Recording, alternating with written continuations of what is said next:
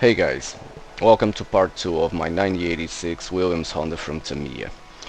In this part I'll be sanding two body parts and apply some decals.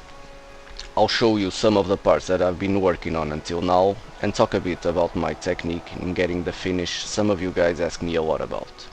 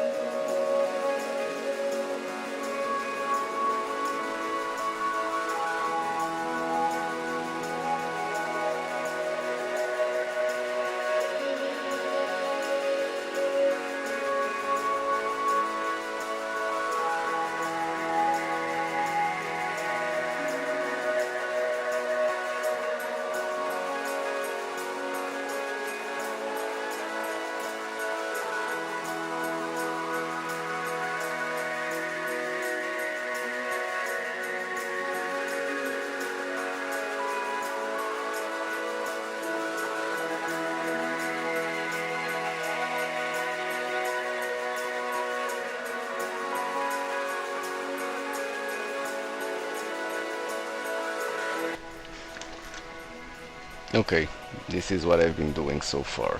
And to be honest, this has been quite messy.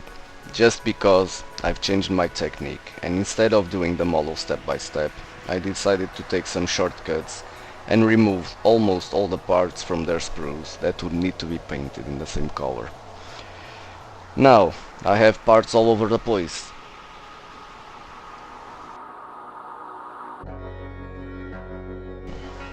This is the only assembly I've done so far, which is the front brake steering.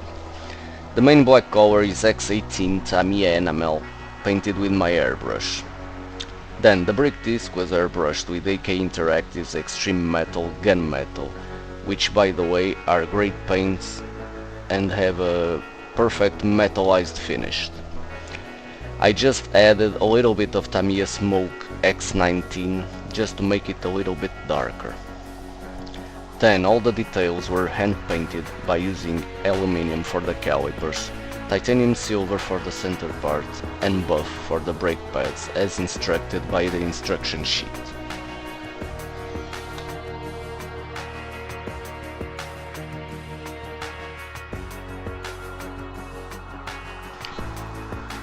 These are the main suspension and engine components that were airbrushed using that same X18 Tamiya paint, and then they were all clear coated with Umbro satin clear. Just a little thing about enamel paints, I've always used them for a long time and they're still my main type of paint use. This valve cover is painted only using enamels.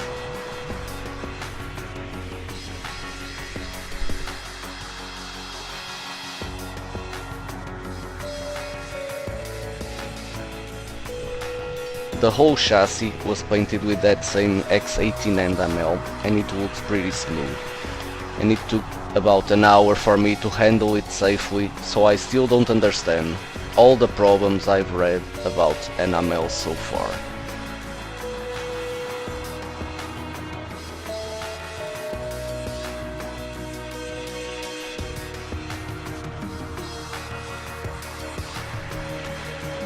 These are the photo etch parts for the front and rear wing side plates. The inside of them were painted, you guessed it, X18 enamel. The next step is to flip them over and prime them from the outside, using one of the few acrylic products I use, which is the Ultimate Modeling Products Grey Priming. I thinned it a bit, but it is indeed a great primer.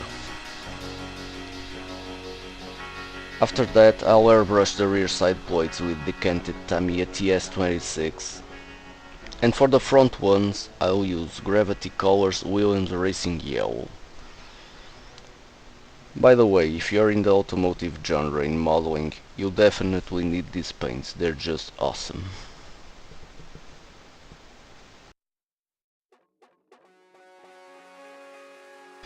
Okay, these are the side body pieces that were sanded and the decals applied. I then clear coated them with 0 paints clear coat lacquer. It isn't the most user-friendly clear, but it has great resilience and it sands out pretty good. The sanding process is pretty simple, you just need to be patient and careful. I airbrushed 8 layers of clear before sanding the parts, so I am pretty sure I will not blast through the decals while sanding. Just be really patient in this part because it is the most important one if you want a great finish in your model. If you do it correctly, you'll be able to remove almost all of the orange peel. This is a critical part. Be extra careful around any sharp edges because if you sand in those areas, you'll probably remove the paint and you'll need to restart it all over again. So just be extra careful. Other than that, just be patient and do not be scared to do it. Just remember, don't use lower than 2000 grit or you'll just ruin the paint job. Okay guys, this is the end of part 2. In part 3 I will continue to show you this sanding and polishing technique that I usually use to achieve the finish that my models usually have. I will also try to show you some real assembly. Until then, take care and see you later.